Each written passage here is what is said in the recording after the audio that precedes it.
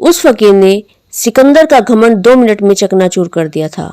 सिकंदर जब भारत आया तो वो कई साम्राज्य जीतने के बाद भी संतुष्ट नहीं था। उसे एक ज्ञानी संत की तलाश थी।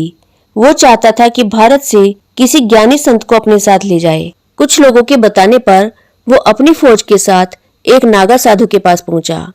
जब सिकंदर उस फकीर से मिलने पहुंचा तो कुछ ऐसा हुआ कि वो उसे जिंदगी भर भूल नहीं पाया। उस फकीर ने सिकंदर का घमंड 2 मिनट में चकनाचूर कर दिया था। अपने सैनिकों के साथ सिकंदर का ध्यान एक विचित्र दृश्य की ओर गया। जंगल के किनारे एक पेड़ के नीचे उसने एक अजीब से दिखने वाले साधु को देखा। वह लगभग नग्न था। उसके बाल लंबे थे, उलझे हुए थे, दाढ़ी बिखरी हुई थी और उसने केवल एक लंगोटी पहनी थी। यह दृश्य भारत में आम हो सकता है, लेकिन एक यूनानी के लिए यह हैरान करने वाला था। सिकंदर कई दिनों तक उसे बिना परेशान किए हुए देखता रहा। साधु घंटों पेड़ के नीचे एक खास मुद्रा में बैठा रहता और क्षितिज की ओर देखता रहता, जिससे राजा बहुत उत्सुक हो जाता। एक दिन जब राजा की जिज्ञासा शांत नहीं हुई तो वह साधु के पास गया। उस साधु का नाम डायोजनीज था। जैसे ही संत का ध्यान टूटा, पूरी फौज एक स्वर में नारा लगाने लगी, Alexander the great, Alexander the great. संत उन्हें देखकर मुस्कुराया। सिकंदर बोला, मैं तुम्हें हर रोज घंटों पेड़ के नीचे बैठकर एक खास मुद्रा में क्षितिज की ओर देखते हुए देखता हूँ। तुम असल में क्या कर रहे हो? वह कोई जवाब नहीं देता। सिकंदर ने अपना धैर्य खोते हुए फिर भी अपना संयम बनाए रखते हुए पूछा कि हम युद्ध के लिए तैयार हो रहे हैं और इतना कठिन परिश्रम कर रहे हैं। हम देखते हैं कि तुम यहाँ बैठे हो और कुछ भी नहीं कर रहे हो। तुम ये कर क्या रहे हो? फिर भी वह कोई जवाब नहीं देता। बड़ी मुश्किल से अपने क्रोध पर काबू पाते हुए सिकंदर साधु के पास गया और पूछा, आप कम से कम हमें अपने जीवन का उद्देश्य तो बता सकते हैं, क्योंकि आप यहाँ दिन रात घंटों बैठे रहते हैं, समय बर्बाद करते रहते हैं और कुछ नहीं करते। इस बार बुद्धिमान साधु ने ऊपर देखा और प्रति प्रश्न किया, आप ही बता दीजिए, जीवन में आपका क्या उद्देश्य है? सिकंदर बोला, मैं सिकंदर हूँ और मैं पृथ्वी पर अधिकार करना चाहता हूँ। फिर साधु बोले, इसके बाद आप क्या करने की योजना बना रहे हैं? मैं उस जीती गई भूमि से सारी संपत्ति, घोड़े और हाथी लेकर ग्रीस चला जाऊंगा। फिर साधु बोले, मान लीजिए आपने अपना लक्ष्य पूरा कर लिया, सम्राट, फिर आप क्या करेंगे? सिकंदर कहता है कि मैं इन दुखी देशों के सभी पुरुषों को अपना दास बना लूंगा और सभी स्त्रियों को यूनान में हमारे साथ मनोरंजन के लिए ले जाऊंगा। साधु हंसकर बोले, वाह क्या प्रेरणा है। सभी पुरुष दास हैं और महिलाएं मनोरंजन करती हैं। साधु ने व्यंग के साथ टिप्पणी की। फिर उन्होंने सिकंदर से आगे पूछा, मान लीजिए कि तुम यह भी कर लेते हो, तो फिर आगे क्या करोगे? अपने बहिर्मुखी और ऊर्जावान स्वभाव के विपरीत सिकंदर कुछ देर चुप रहा। अंत में उसने सांस छोड़ते हुए कहा, इसके बाद निसंदेह मैं अपने सिंहासन पर बैठकर आराम करूंगा। तो साधु ने एक संतुष्ट मुस्कान के साथ कहा, तो मैं तो यही कर रहा हूँ। सिकंदर उस साधु से बहुत प्रभावित हुए। सिकंदर ने संत से कहा कि वह उन्हें अपने साथ ले जाना चाहता है। संत ने जवाब दिया कि तुम्हारे पास ऐसा कुछ भी नहीं है जो तुम मुझे दे सको और जो मेरे पास न हो। मैं जहाँ हूँ, जैसा हूँ, खुश हूँ, मुझे यही रहना है। मैं तुम्हारे साथ नहीं जा सकता। अब सिकंदर के सब्र का बांध टूट गया। ये सुनकर सिकंदर गुस्से से लाल हो गया और अपनी तलवार डायोजनीज की गर्दन पर रख दी।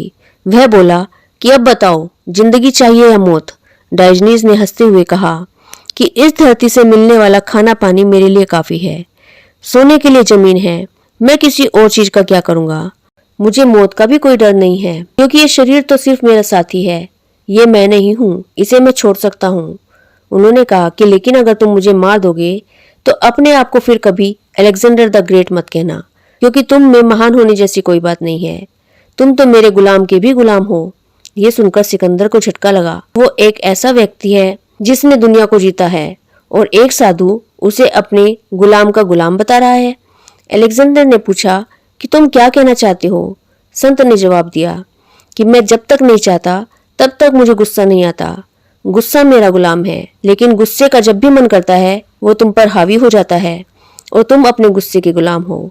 भले ही तुमने पूरी दुनिया को जीता हो, लेकिन तुम रहोगे तो मेरे गुलाम के गुलाम ही। ये सुनकर सिकंदर दंग रह गया।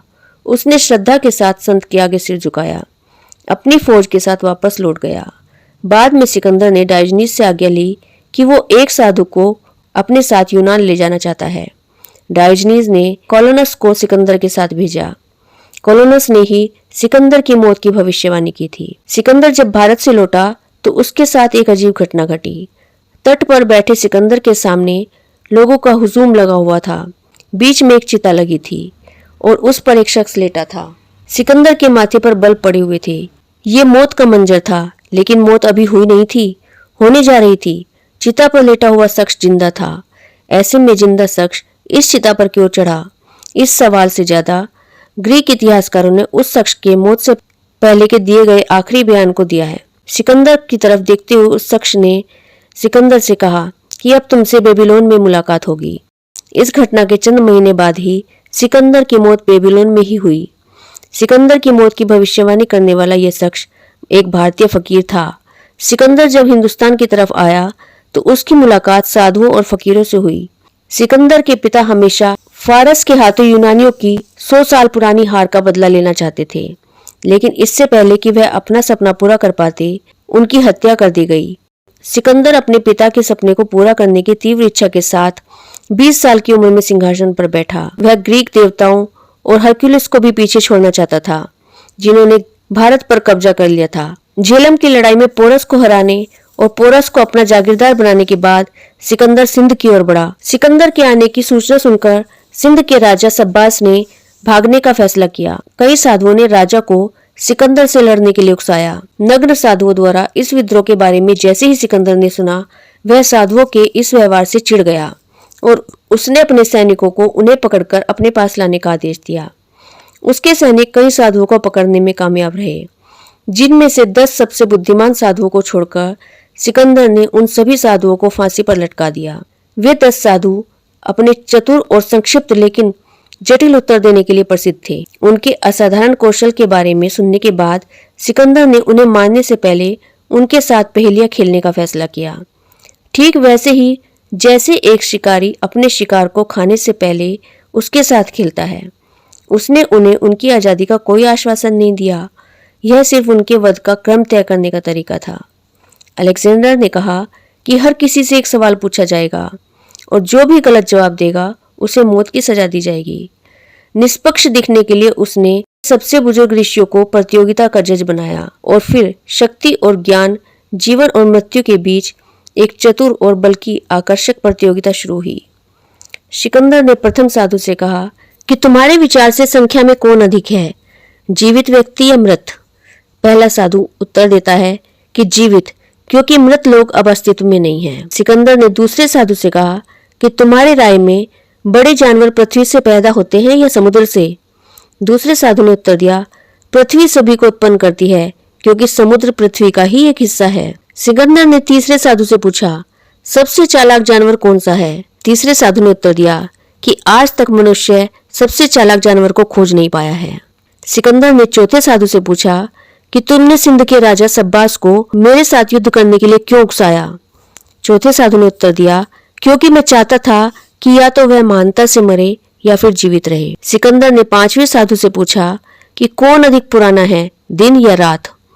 पांचवा साधु, एक दिन। सिकंदर ने छठे साधु से कहा कि किसी व्यक्ति से सबसे अधिक प्रेम कैसे किया जा सकता है? वह उत्तर देता है कि यदि एक व्यक्ति सर्वाधिक शक्तिशाली है और फिर भी वह कोई डर उत्पन्न नहीं करता, तो वही उसके प्रेम करने का सबसे अच्छा तरीका है। सिकंदर ने सातवें साधु से कहा कि कोई मनुष्य के बजाय देवता कैसे बन सकता है?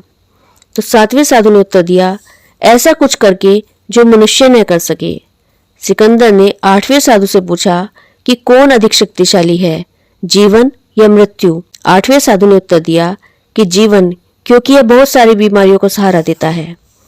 सिकंदर ने नौवें साधु से पूछा कि मनुष्य के लिए कितने समय तक जीवित रहना अच्छा है?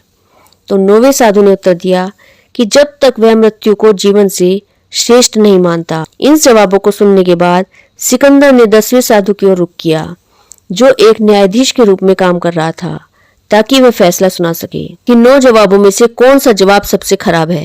यह साधु सबसे बुद्धिमान था। चतुराई से उसने कहा कि प्रत्येक उत्तर पिछले वाले से उत्तर से भी बेकार था। फिर सिकंदर ने मुस्कुराते हुए जवाब दिया कि न्यायाधीश से शुरू करके सभी साधुओं को मार दिया जाना चाहिए। बुद्धिमान साधु ने सिकंदर को याद दिलाया कि प्रतियोगिता का आधार यह था कि गलत उत्तर देने वाले को मृत्युदंड मिलेगा, लेकिन खराब उत्तर देने वाले को नहीं। साधु के इस तर्क से सिकंदर कंफ्यूज हो गया। जब सिकंदर जवाबों से परेशान लग रहा था तो एक साधु ने प्रतियोगिता के बीच में कहा कि असामान्य सवालों के लिए असामान्य जवाब ही दिए जा सकते हैं। सिकंदर उन साधुओं की हाजिर जवाबी से खुश हो गया। उसने उन्हें खुशी खुशी रिहा कर दिया और उन्हें महंगे उपहारों से सम्मानित किया। उसने साधुओं से यह पूछा कि वे और क्या चाहते हैं। वह सब कुछ देगा, जिस पर उन्होंने चतुराई से यूनानी राजा से कहा कि हमें अमृत चाहिए। ऐसा असामान्य अनुरोध सुनकर सिकंदर का चेहरा उतर गया। उसने उदास होकर उत्तर दिया कि उसके पास ऐसी कोई शक्ति नहीं है, क्योंकि वह खुद भी नश्वर है। तो साधु बोले कि जब तुम भी नश्वर हो, तुम ऐसे युद्ध क्यों करते हो? समृद्ध शहरों को लूटते हो, इतने सारे लोगों को मार देते हो, क्योंकि एक दिन वह सारी संपत्ति और जमीन दूसरों को दे दोगे। सिकंदर ने धैर्यपूर्वक उत्तर दिया कि यह देवताओं की इच्छा है जो उसे यह कार्य करने के लिए मजबूर करती है। जैसे समुद्र की लहरें हवा के बिना नहीं चल सकती और पेड़ हवा के बिना नहीं हिल सकते, वैसे ही मनुष्य देवताओं की इच्छा के बिना गति नहीं कर सकते।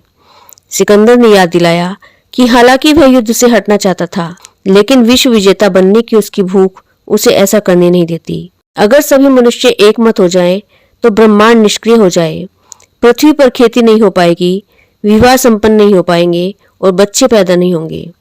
उसने भावपूर्ण ढंग से कहा कि उसके हमलों में कई लोग बर्बाद हुए और साथ ही उसके आक्रमणों से कई अन्य लोग भी उतने ही अमीर हुए। संपत्ति लूटने वालों को अंततः संपत्ति दूसरों को देनी पड़ी और कुछ भी स्थायी रूप से किसी भी व्यक्ति के पास नहीं रहा। इस तरह दार्शनिक विस्फोट के बाद सिकंदर भारत से चला गया। अपने जीवन की सबसे कठिन लड़ाई के बाद आराम करते समय सिकंदर और उसके सैनिकों को सिंधु घाटी में नग्न साधुओं का एक और समूह मिला। उन साधुओं ने हथियारबंद सैनिकों को देखने के बाद भी हिम्मत नहीं हारी। यूनानी राजा ने अपने जीवन में कभी भी इस तरह के अहंकारी व्यवहार का सामना नहीं किया था, क्योंकि वह लोगों को अपने सामने डर से कांपते हुए देखने का आदी था। इस तरह के आक्रामक स्वभाव से हैरान रहकर उसने संतों के उस निडर कार्य के बारे में पूछा। संतों से पूछा कि वह इतने निडर कैसे हैं। संतों ने बिना माथे पर जरा सी भी शिकन लाए शांतिपूर्वक उत्तर दिया कि उसे इतने सारे लोगों को जीतने और मारने की क्या जरूरत है, जबकि अंत में उसे मृत्यु के बाद केवल 6 फीट की धरती की आवश्यकता है। सिकंदर इस महान दर्शन को सुनकर चौंक गया। हालांकि वह ऐसे प्रतिष्ठित और भव्य विचारों से अपरिचित नहीं था, क्योंकि वह किसी और के नहीं बल्कि अरस्तु के संरक्षण में बड़ा हुआ था।